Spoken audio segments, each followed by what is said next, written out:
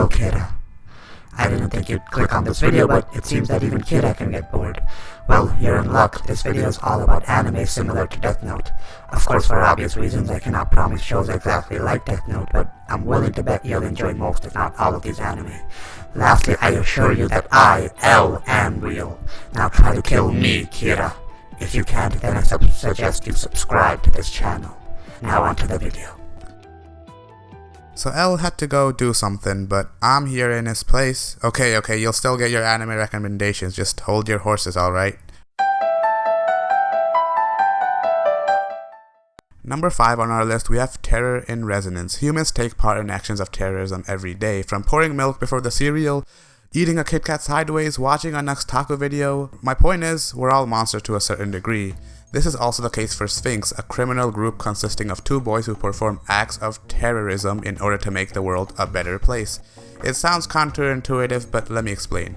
The acts of such terrorism conducted by these 2 boys are a little more extravagant than pouring milk before the cereal. And the first of such acts is done on a nuclear facility in Japan. The government is unable to act and the police are searching for the perpetrators with no luck. It becomes a cat and mouse chase between these teenagers and a very big brain detective.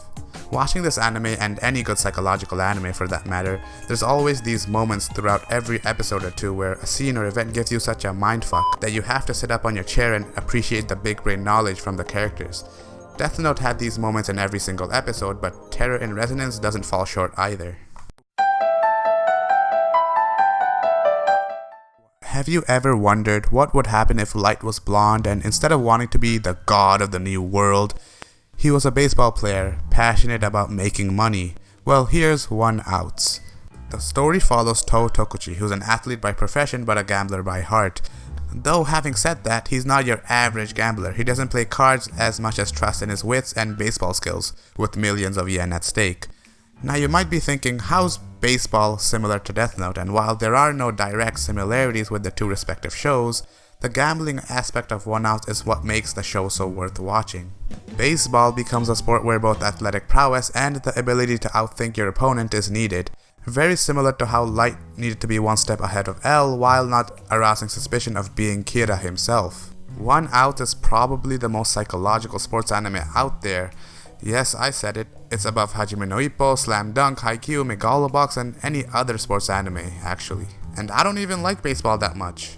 I also want to mention that the bleak coloring and the realistic tone in the animation is almost identical to Death Note. In fact, One Out is animated by Madhouse, the same studio that also animated Death Note.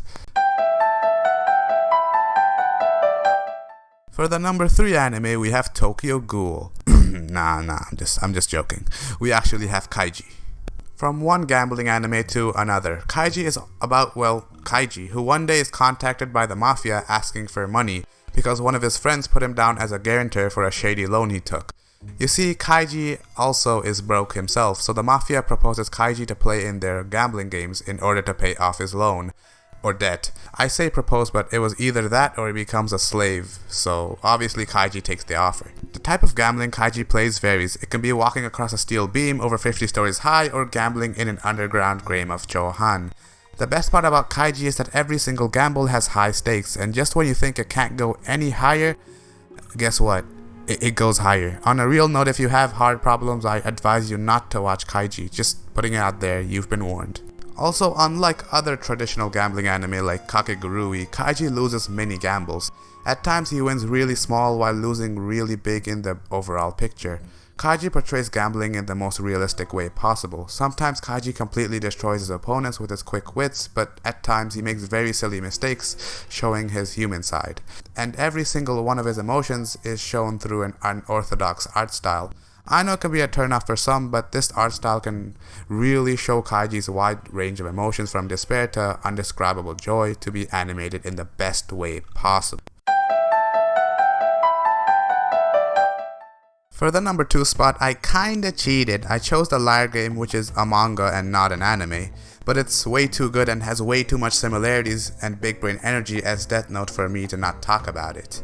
Liar Game follows Kanzaki Nao, a medical student with a sick father. She one day receives a box with 100 million yen and the invitation to the Liar Game. Not knowing what to do, she joins, and upon joining the game, her opponent steals her money. She has to ask the help of Shinichi Akiyama, an ex-convict who took down an entire multi-million-dollar company with his mind games. This begins the partnership of Akiyama and Kanzaki as they move up each stage of the liar game, each time getting harder with more at stake. They don't necessarily have to win each stage, but they certainly can't lose any of them. Honestly, the liar game is probably my favorite manga, period. The amount of psychology and deception in this manga puts Death Note to shame. If Death Note has a big brain energy of 10 out of 10, then Liar Game has 15. So if you're a weeb who likes to read, then just go read the Liar Game. Furthermore, may I add that Liar Game is written by Shinobu Kaitani, who also created One Outs earlier in the list. I would put Liar Game at number 1, but putting a manga in a top 5 anime list didn't seem right. Alright, honorable mentions goes to Promised Neverland, Monster, Shinsekai Yori, Danganronpa 3, When They Cry, XXX Holic, it's not a hentai, Grisaya, Erased, Psychopaths, Batum, the Higurashi series, and lastly, Alice in Borderland. All of these anime are great, don't get me wrong, but I felt like they lacked something when it came to the similarities between them and Death Note.